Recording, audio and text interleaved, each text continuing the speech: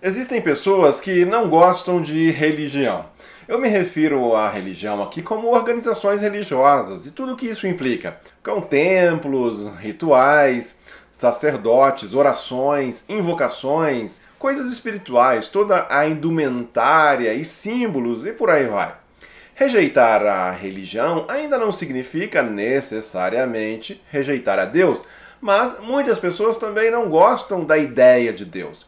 Existem aqueles que preferem se declarar ateias. Um ateu diz que não acredita em Deus, sequer admite que exista um Deus. E indo mais adiante, tem aqueles que admitem a existência de Deus, mas não fazem muita ideia que Deus, afinal de contas, é esse. Muitas pessoas, inclusive, têm medo de Deus. Mas quais seriam as razões que levam pessoas a rejeitarem a Deus? De modo geral, todos não dizem que Deus é bom, então por que rejeitá-lo, negá-lo ou sentir medo dele? Vem comigo, vamos conversar sobre isso.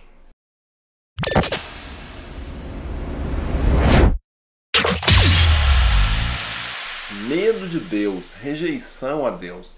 Mas Deus não é bom, ele não é amor. Por que alguém teria medo de Deus? Por que alguém rejeitaria Deus? Bom, existem muitas causas que podem levar uma pessoa a evitar a Deus. Uma delas seriam as experiências ruins. Sabemos que existem muitos abusos em nome da fé. Existe também muita hipocrisia. Muitas pessoas usam o nome de Deus para levar vantagem, buscar o benefício próprio, manipular e intimidar. Assim, desde muito pequena, uma criança pode experimentar uma relação com a religião a partir de pessoas religiosas que lhe marcam negativamente. Isso não significa que todas as pessoas que tiveram uma experiência ruim com a religião vão rejeitar a Deus. A vida é complexa e cada um tem a sua própria experiência, o seu caminho na vida. Mas sim, pode acontecer de pessoas rejeitarem a Deus quando na verdade querem esquecer, querem deixar para trás apenas as experiências negativas que já tiveram. Nessa mesma direção, encontraremos outro motivo que pode levar uma pessoa a se afastar ou até mesmo rejeitar a Deus. É o mau testemunho. Embora o mau testemunho possa se caracterizar como mais uma experiência ruim com a religião, aqui o processo pode ser um pouco mais longo, um pouco mais demorado. A pessoa cresce e vive dentro de uma determinada religião, de uma igreja, por exemplo. Ela escuta a respeito do amor, da graça, da misericórdia de Deus. As pessoas de sua referência também afirmam crer neste Deus.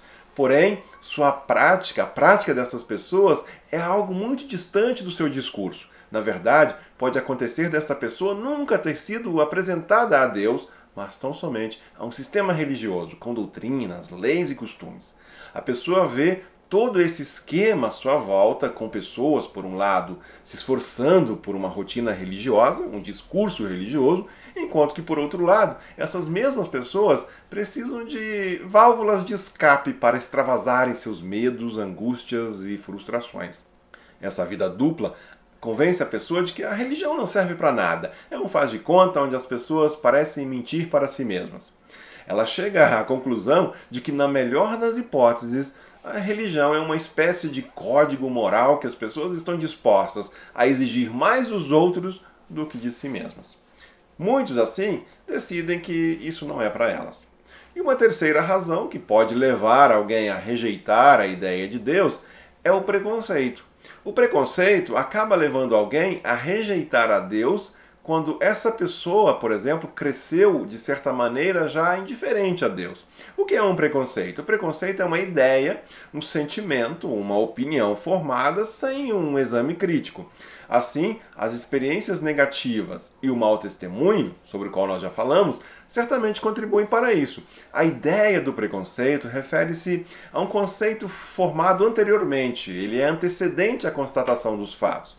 Utilizando-se de características que a pessoa julga universais, que ela atribui a todos que se encaixam na categoria religiosa, entendendo, portanto, que sejam implícitas, naturais à religião, ela já descarta todo o pacote.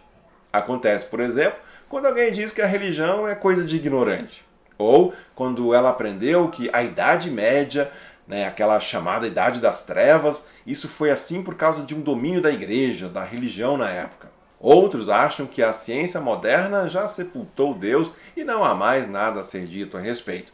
O cristianismo, a fé, a religião, é tudo irrelevante. E assim, poderíamos listar diversos preconceitos existentes. A pessoa se baseia em ideias pré-concebidas, generalizações não verificadas e descarta qualquer possibilidade de ir mais a fundo e verificar, aprender, reorientar a sua percepção. O que esses três aspectos têm em comum?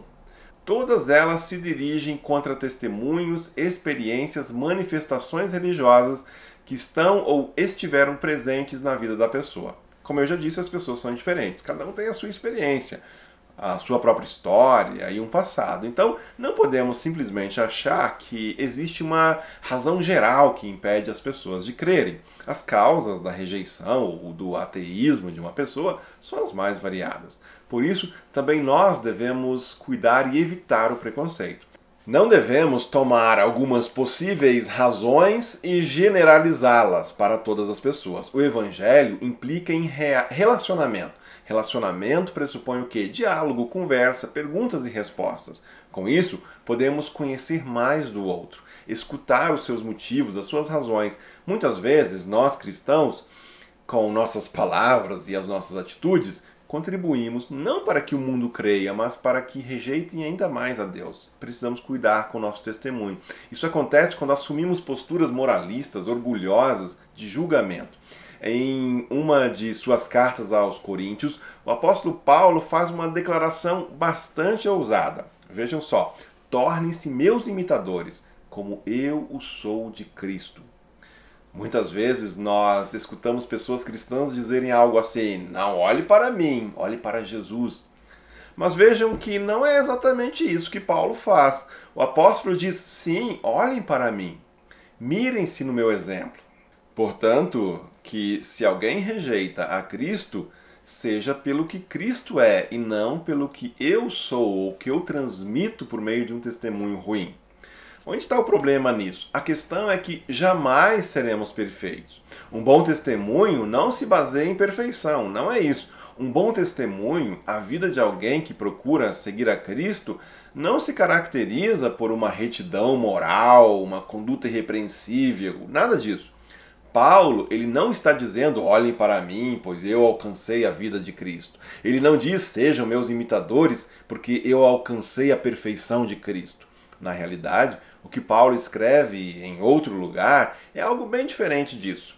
Esta afirmação é fiel e digna de toda aceitação. Cristo Jesus veio ao mundo para salvar os pecadores, do qual eu sou o pior. Portanto, quando Paulo pede que as pessoas de Corinto o imitem, não se trata de ver nele um modelo de moralidade, correção ou perfeição, mas de alguém que se reconhece pecador, indigno, imperfeito e que, reconhecendo isso, portanto, busca em Cristo a justificação e não em si mesmo. Essa é a boa nova do Evangelho.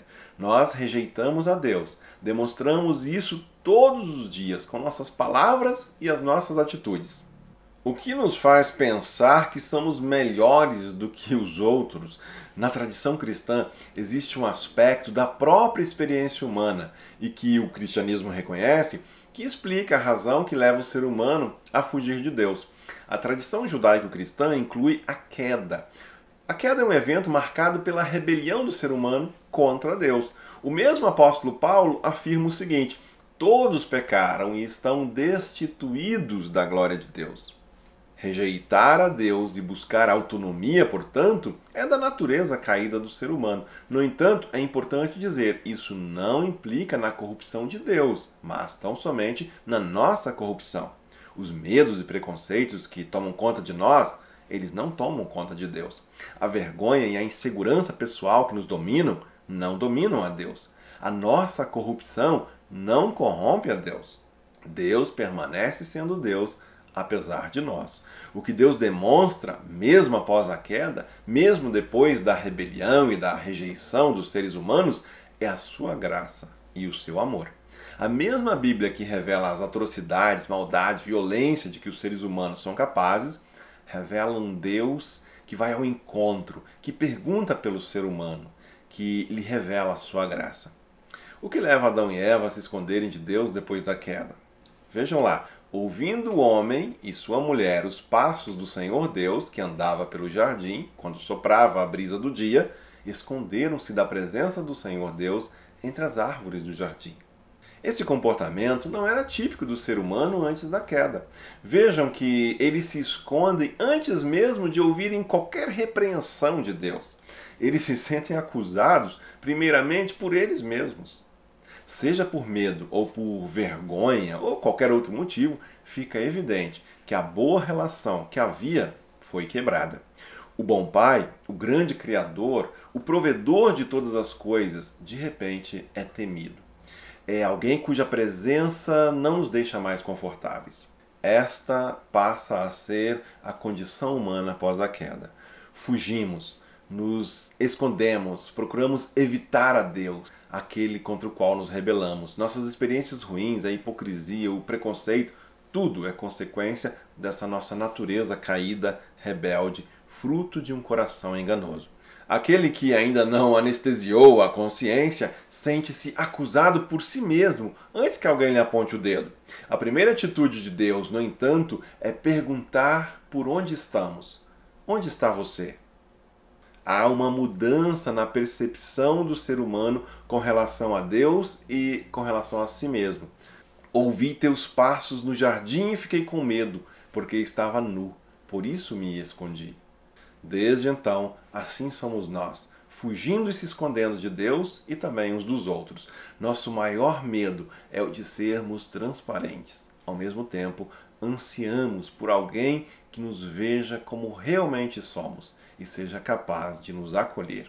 A ironia é que fugimos exatamente daquele por quem mais ansiamos. Pense nisso. Que Deus abençoe você e seja você uma bênção.